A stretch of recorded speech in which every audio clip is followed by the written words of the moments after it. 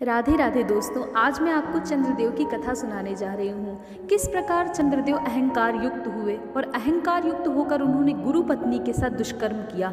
दुष्कर्म के प्रभाव स्वरूप उन्हें कौन सा श्राप मिला और श्राप से मुक्ति पाने का उन्होंने कौन सा मार्ग चुना, ये सारी व्याख्या आपको इस कथा में मिलने वाली है। तो दोस्तों, आप इस कथा को पूरा सुने। कथा कुछ इस प्रकार है। चंद्रमा को शाप।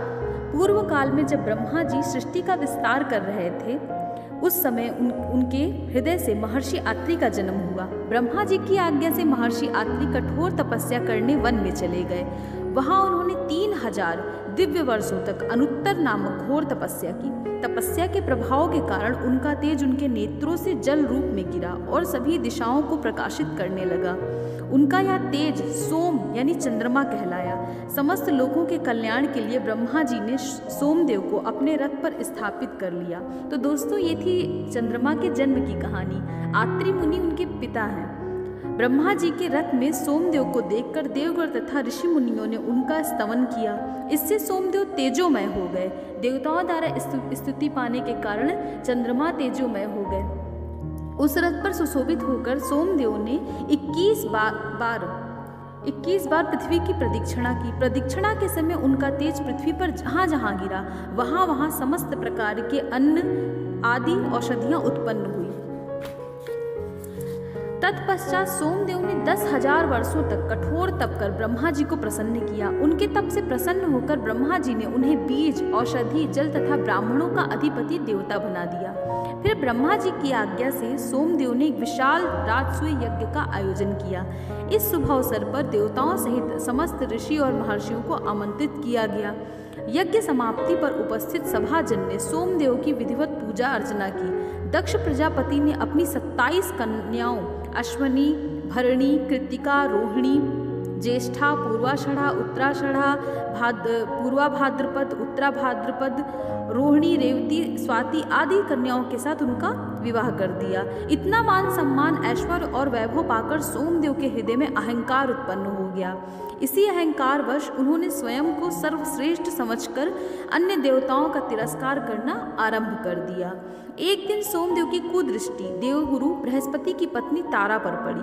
वह अनन्य सुंदरी थी। सोमदेव ऐश्वर्य मद में चूर थे, अतः उन्होंने बलपूर्वक तारा का हरण कर लिया। ऐसा अनीतिपूर्ण कार्य देख समस्त लोकों में उनकी निंदा होने लगी। देवगण और देवर्षियों ने सोमदेव को अनेक प्रकार से समझाने का प्रयास किया, किंतु वे तारा को लौटाने के लिए सहमत न हुए। तब उनकी धृष्टता से क्रुद्ध होकर देवराज इंद्र ने अन्य देवताओं के साथ उन पर आक्रमण कर दिया। दोनों पक्षों में घोर युद्ध हुआ, किंतु अंत में देवगण को पराजय का मुंह देखना पड़ा। देवताओं के पराजित होने के कारण देवराज इंद्र ने भगवान शिव से सहायता मांगी। उनकी प्रार्थना सुनकर महादेव नंदी पर सवार होकर सोमदेव को दंडित करने चल पड़े। इधर जब सोमदेव को यह समाचार मिला तो वे भी युद्ध भूमि में आ डटे। जब ब्रह्मा जी ने सोमदेव की इस धृष्टता देखी तो वे उसे समझाते हुए बोले, वत्स, यह तुम कैसा अनर्थ करने जा रहे हो? भगवान महादेव तो आदि पुरुष हैं। उन पर ब्रह्म को कदापि पराजित नहीं किया जा सकता।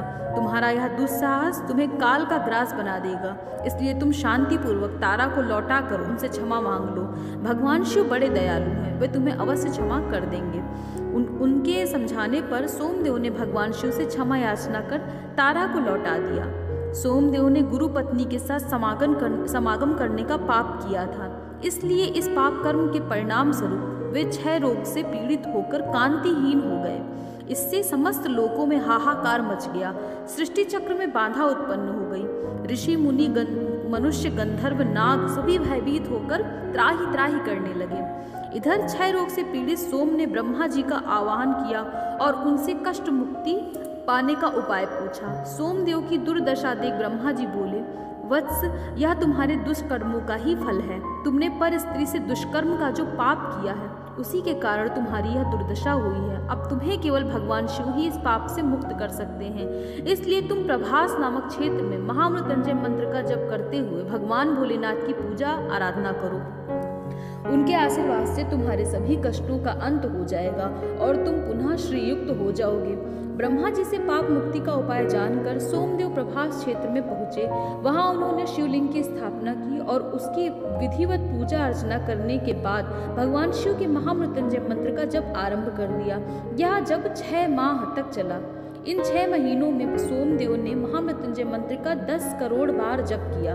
अंत में सोमदेव की तपस्या से प्रसन्न होकर भगवान शिव वहां प्रकट हुए और बोले, हे सोम, मैं तुम्हारी तपस्या से प्रसन्न हुआ। मांगो तुम्हें क्या वर चाहिए, मैं तुम्हें मनोवांछित वर प्रदान करने का वचन देता हूँ। भगवान महादेव को साक्षात देखकर सोमदेव अपनी सारी पीड़ा भूल गए और बेल पत्रों एवं गंगा जल से उनकी स्तुति करते हुए महामृत्युंजय मंत्र का उच्चारण करने लगे।